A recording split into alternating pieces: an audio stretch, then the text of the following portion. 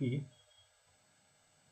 Euclid विभाजन परिमेयिका का प्रयोग करके हमको दिखाना है कि किसी भी धनात्मक का वर्ग किसी m के लिए, किसी धनात्मक पूर्णांक का वर्ग m के लिए 3m+1 के रूप में होता है। ठीक है, तो हम लोग इसको बनाते हैं। चलिए, तो यहाँ लिखेंगे कि माना कि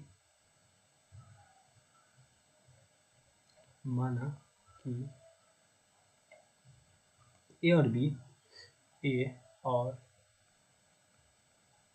b ऐसे धनात्मक पूर्णांक है,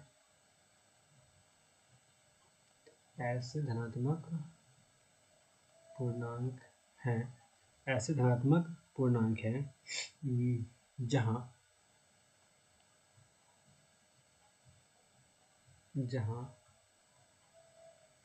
जहाँ जो है वो a बड़ा होगा, a बड़ा है b से, तथा b बराबर 3 है, तथा b बराबर कितना है 3।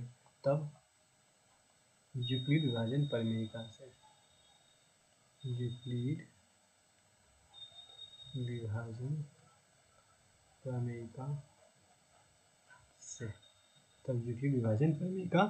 से हम लोग लिख सकते हैं a बराबर 3b प्लस r, जहाँ जो 0 से बराबर होगा r, और ये छोटा होगा किससे, r 3 से। ठीक है, तब r बराबर हम लोग लिख सकते हैं कि r बराबर जो होगा वो 0, 1, 2 होगा। r बराबर क्या होगा, 0, 1, 2। तो हम लोग लिख सकते हैं कि a बराबर 3b, फिर a लिख सकते हैं a बराबर 3b प्लस 1, और a बराबर लिख सकते हैं 3b प्लस 2। ठीक है, ये 3 मान हम लोगों के पास संभव है। ये पहला मान, ये दूसरा मान, और ये रहा तीसरा मान। तो हम लोग इसके अगले पेज पे जाके देखेंगे कि किस तरीके से इसका मान होगा। ठीक है, तो चलते हैं अब हम लोग दोनों तरफ। यदि अगर हमारे पास मान लीजिए कि a बराबर 3b प्लस 0 है, तो दोनों तरफ वर्ग करने पर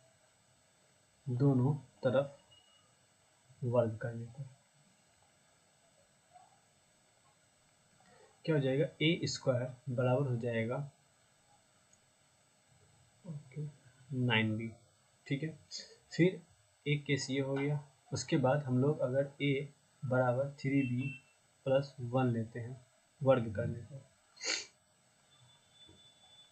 करने पर, ठीक है ना, तो हो जाएगा a स्क्वायर बराबर 9b square plus 1 plus 3 to 6b। ठीक है, ये 6b के फॉर्म में आ जाएगा। ठीक है, तो जिसको हम लोग लिख सकते हैं क्या,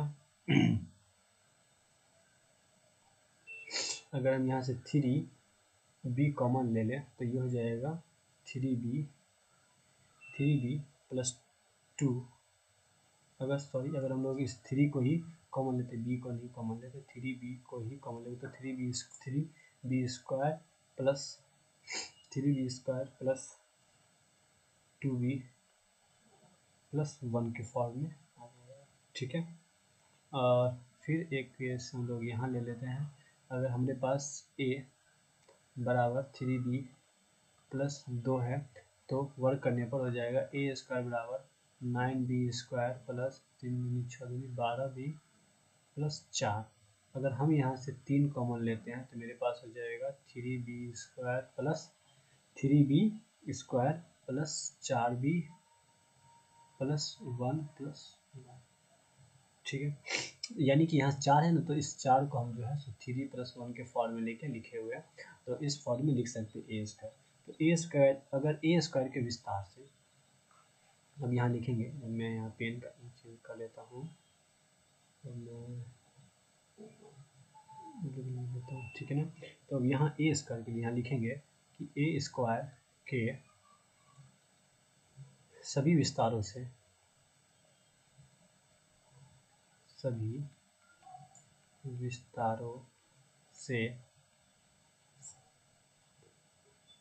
a स्क्वायर जो है वो 3 से विभाजित होता है, 3 से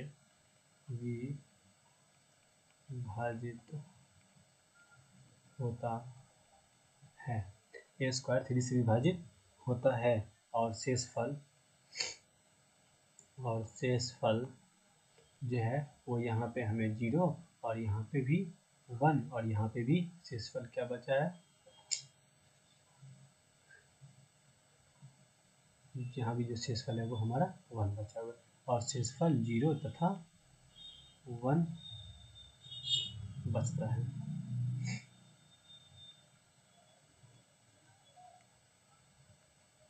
जीरो तथा 1 बचता है। तो हम लोग लिख सकते हैं, तो हम लोग यहाँ पे क्या, ये पहला लाइन दूसरा तीसरा, आप बस जैसे जैसे वीडियो गया वैसे वैसे अगर कॉपी करना चाहें तो वैसे भी देख सकते हैं। तो यानी ये पहला किया था मैंने, ये दूसरा किया था, ये मैंने तीसरा किया था और ये रहा चौथा और ये रहा 5वां पेज। ठीक है, तो हम लोग यहाँ लिख सकते हैं कि